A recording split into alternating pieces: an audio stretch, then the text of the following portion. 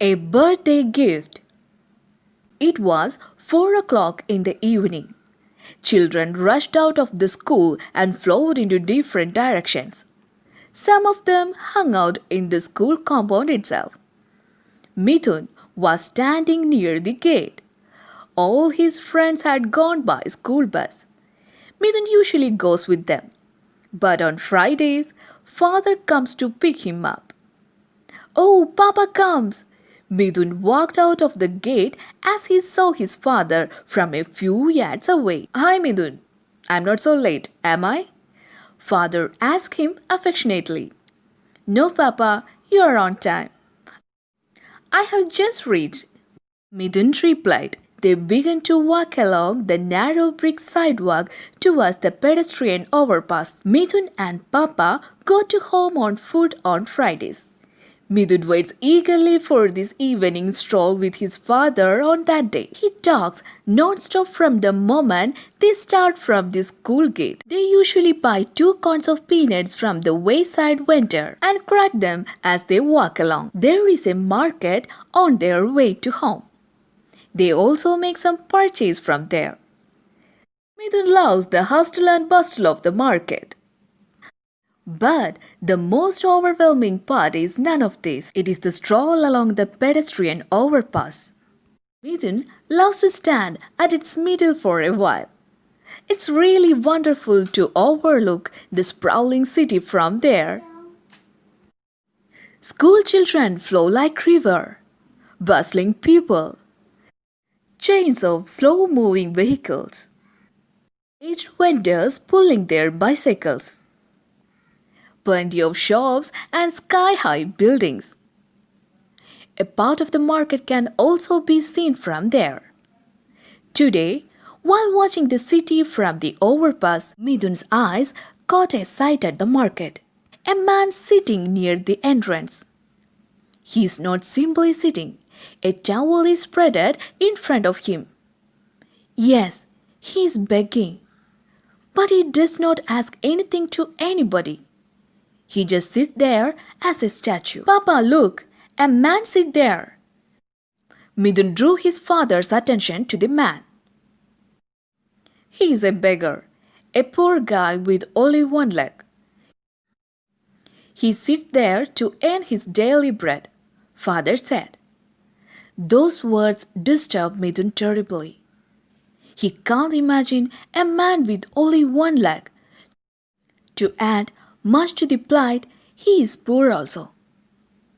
How does he live? Midun thought. Come, Midun, let's move. Father held Midun's hand and walked forward. Papa, how could that uncle have lost his leg? Midun asked. It may be in an accident or maybe by birth itself. Father replied casually. Papa, would he have a family? Midun asked again. Maybe. Father said as he walks. When would he go home? Midun is still curious. Perhaps at night, father replied. Where would be his home? How would he reach there? Midun's anxious questions came one after one. Please be quiet, Midun, and walk fast. Father scolded him and pulled his hand to walk fast.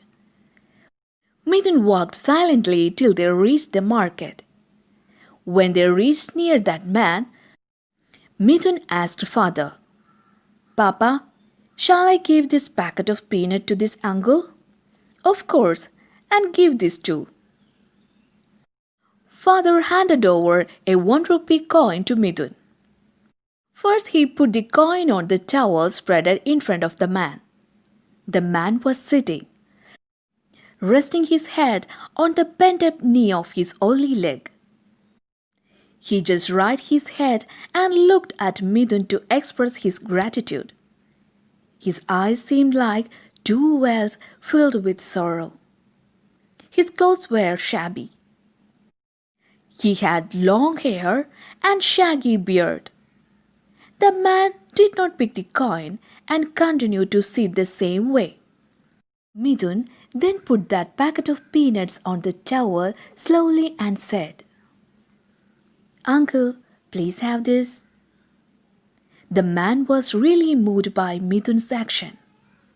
He looked at Midun with his deep eyes. He tried to say something, but no words came out. He took the packet slowly and ate the peanuts hungrily. Midun felt heavy inside and wanted to cry aloud. He walked fast to father. As he moved along, he turned back once. The man was looking at Midun with his deep eyes. He did not speak even a word until they reached home. All attempts of father to cheer him up ended in vain. Mother also tried to uplift his mood with good words and simple jokes.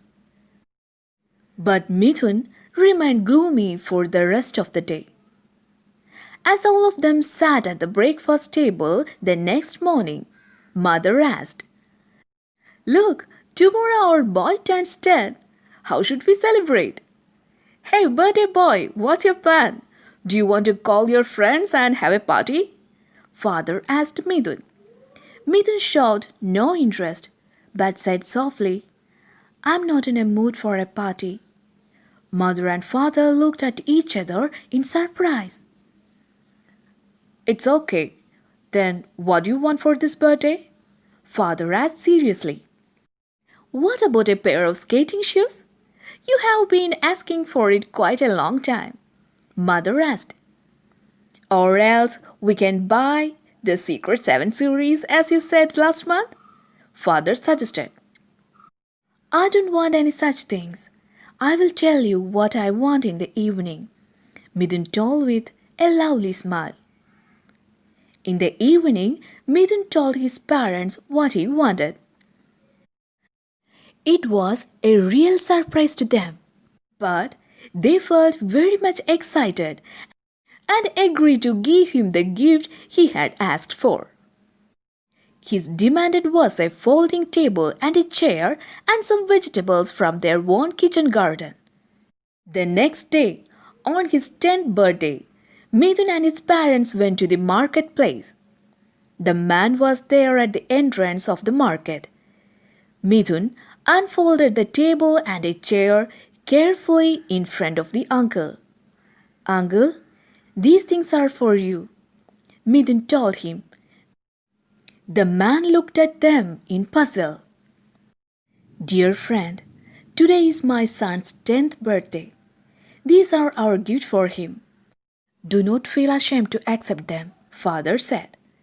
Midun held the man's hand and Father helped him to sit on the chair. Midun arranged the packets of vegetables on the table and put a small board. Pure organic vegetables. The man looked at Midun with all his heart.